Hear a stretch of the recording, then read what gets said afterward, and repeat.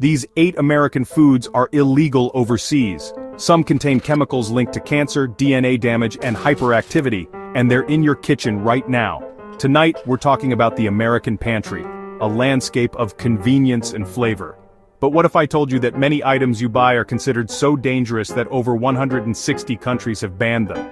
From your kid's favorite candy to your morning cereal, U.S. staples contain additives banned elsewhere for links to cellular damage and severe allergies. This isn't about niche foods. These are household brands. While other countries see a biohazard, the FDA gives these products a pass. So why are we eating what others won't touch? Here's why that should terrify you. Smash subscribe for the full truth. Let's start with Skittles. Taste the rainbow, right? In Europe, that rainbow comes with a warning. May cause hyperactivity, hives, and even DNA damage. The culprits? Artificial colorings like yellow 5 and yellow 6, linked to behavioral issues in kids. But the real shocker is titanium dioxide, a whitening agent also used in paint and plastics. The European Food Safety Authority banned it in 2022, citing DNA damage concerns. Meanwhile, the FDA shrugs. Enjoy in moderation. But how do you moderately damage your DNA? California is now suing Mars, calling Skittles unfit for human consumption. Here's the kicker. Mars already makes titanium dioxide-free Skittles for Europe. They could sell the safer version here, but don't because they don't have to. Until they do, maybe skip the mutagenic candy. Try Swedish fish instead. No industrial pigments, just chewy fun. Sometimes the risk is just not worth the rainbow. Your move, Mars, onto the next food fail. Next up, the American sandwich staple pre-sliced bread. Many U.S. breads contain azodicarbonamide, a chemical banned in Europe, Australia, and Singapore.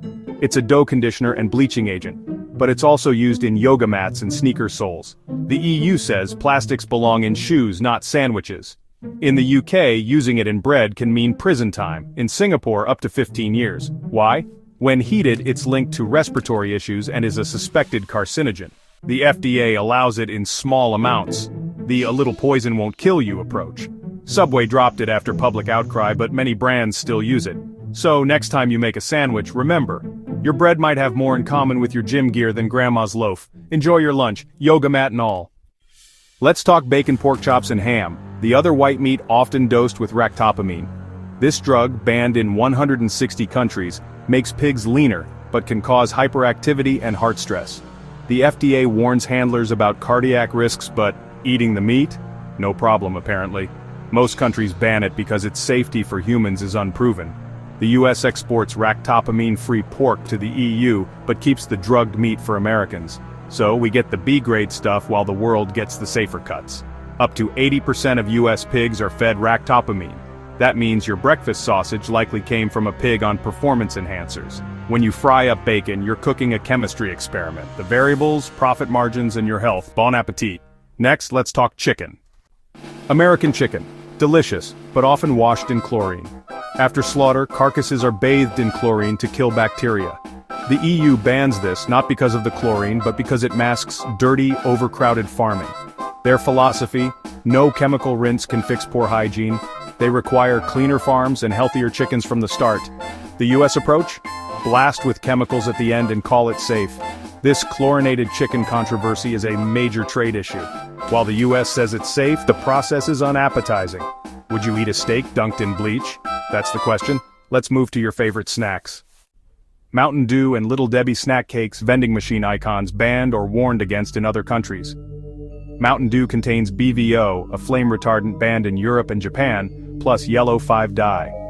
The EU requires warning labels may affect activity and attention in children. Little Debbie Swiss rolls packed with artificial dyes like yellow 5 and red 40 linked to hyperactivity and allergic reactions. The EU warns these dyes may mutate cells. That's not a phrase you want on your snack. These products are marketed as fun and harmless, but the risks are real. No warning labels here, just a sugar rush and a side of controversy.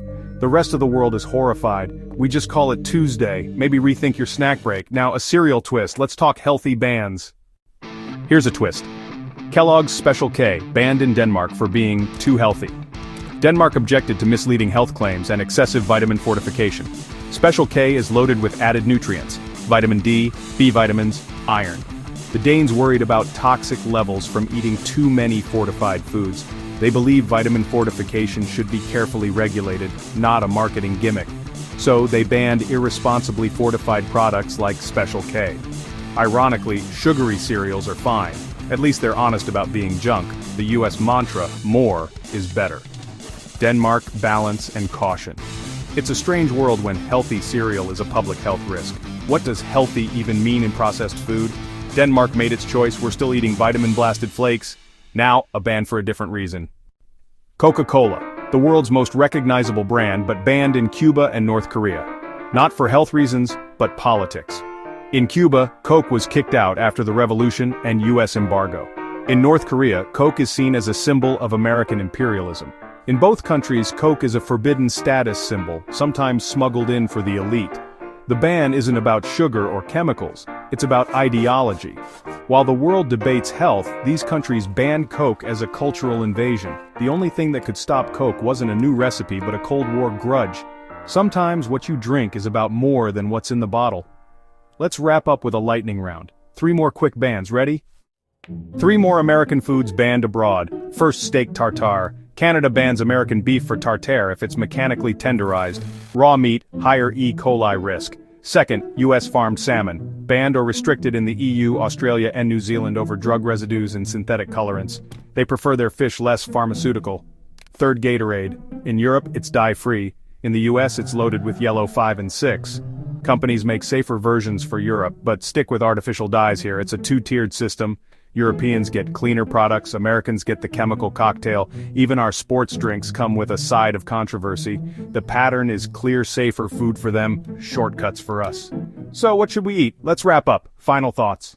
So there you have it. A grocery tour that should leave you queasy. From DNA-damaging candy to drugged pork and chlorine chicken, made in the USA isn't always a badge of quality. The most frustrating part? Safer versions exist. Companies make them for Europe, but not for us. We're treated as second-class consumers in our own country. The first step is awareness. Know what you're buying and demand better. Stop accepting industrial chemicals in your food. The rest of the world already has. Which banned food shocks you most? Debate below. Want more forbidden food truths? Watch this next. Thanks for supporting fearless food journalism.